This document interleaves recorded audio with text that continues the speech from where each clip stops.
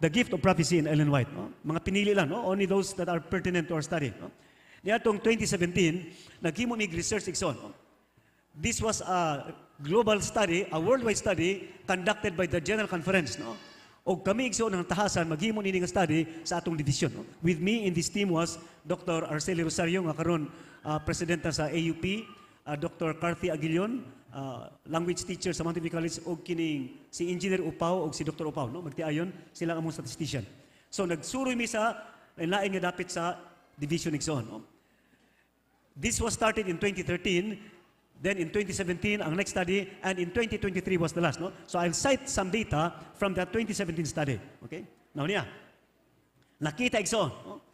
Nga ang spirituhanon nga paglambo o pagtubo is 12.3 times higher if the church member is applying Ellen G. White's writings to her daily life. No? Kung ikaw nagasunod sa tambag ni Sister White, 12.3 times higher ang imong spiritual growth kaysa katong wala gabasa. In fact, sa 2013 study, amo sa nakita igsoon, no? Nga 6.3 times higher ang possibility nga magpabilin sa iglesia ang usa ka Adventist regardless of her experience. Mapandul man siya, masakitan siya sa wali usahay or di siya matabangan, magpabilin siya 6.3 times higher kung siya nagadawat kang Sister White. Yan pa. No? Ang involvement sa evangelistic outreach igsoon is 6.3 times higher po. No? Kung ang usa ka tawo naga-apply sa tambag ni Sister White. No? Now, niya pa igsoon. No? Now, dili ko maka-explain ani, but as a whole, matud pa sa mga statistician. Oh, sa mga statistician, scattergram ni o scatterplot. Anyway, igsoon, no? Sa mga missions and conferences, kansang mga membro nagadawat kang Sister White nga manalagyan sa Ginoo, ang ilang spiritual life, ilang emotional well-being, ilang mental health, and even their financial efficiency is higher compared sa katong mga mission or conferences, diin ang mga membro wala nagadawat kay Sister White. Now, isn't that revealing, my friends? Dunay ipikto, in other words. Now, here's the last study I want to cite. No? In 2023, gitawagan po mi sa GC to conduct the same study, and this is one thing. No? I'm picking out only those data nga nakaalarma ka na ako. No? For example, nakita igsoon, no? Nga adunay pila 65.1%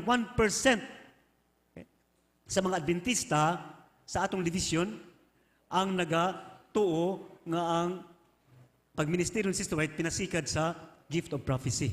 So dunay mga pila 34.9%. Dako-dako pa na igsoon nga dili mo tuo. And what is even more alarming to me, kini igsoon, no?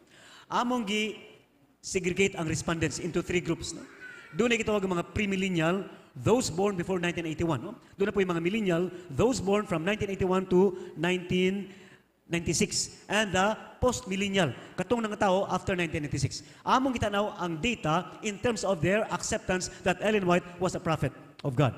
Now, nakita ito, no? Kining dark green nga bar graph, morning graph para sa mga pre-millennials. Katong nga tao before 1981. Ang tunga-tunga igsoon mo ning graph sa mga millennials o ang last graph diha which is pinakaubos mo ning graph para sa mga post-millennial. Now, bisan pa igsoon wala kay hiyas sa statistics. Bisan pa dili ka researcher. Ang data o ang graph igsoon is very clear. Unsay pasabot igsoon, no? Sa nagkabata ang population sa Adventist igsoon, nagkaubos pod ang ilang pagtuo, pagsalig, pagdawat kang Sister White as prophet. And to me that's very alarming igsoon. No? In fact, I talked with our statistician and I check, no? Sa ito pa, kung watay buhaton nga intervention ani, moabot ang panahon igsoon, ang atong mga kabataan, atong mga apo, di naging mutuo kang Ellen White igsoon. And do you want that to happen? Hain ta igsoon. Unsa kapaspas, unsa kahinay atong buhat igsoon, if not for the encouragement of Ellen White igsoon. Wa na tingalita, kung watay ani nga gasa igsoon. Look at the 70 Baptist. Mas nauna sila kanato. Mas nauna sila sa pagdiscovery sa Sabbath truth. But where are they now? Nagkagamay ang ilang membro igsoon. And even one 70 Baptist minister said to an Adventist pastor, oh, it is because you have Ellen White. Muna naglambo mo igsoon. Busa, doon na tayo burden an igsoon. Okay? Niya pa. No?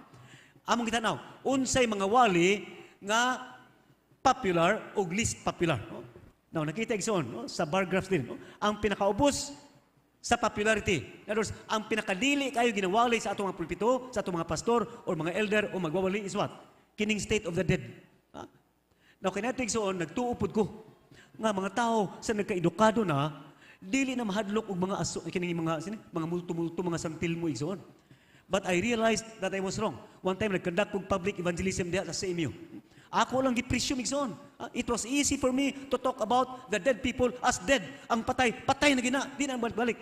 But I learned later nga mismo kini mga CMU students, mga bright kaayo igsoon, mga engineering students, mga political, mutuog yapon sa mga life after death.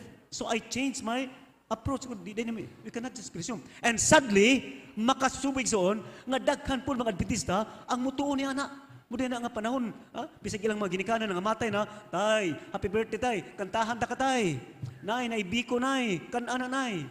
My friends, it's because maybe we pastors, we preachers have presumed among pagtuo nga, nagka-edukado na ta. Di na ta mutuo na, ikson. Daghan pa dahil hapon mga Adventista among tuto. Next, sanctuary. Wala kayo kuno mga magwali about sanctuary. Maybe because we are not serious about that doctrine.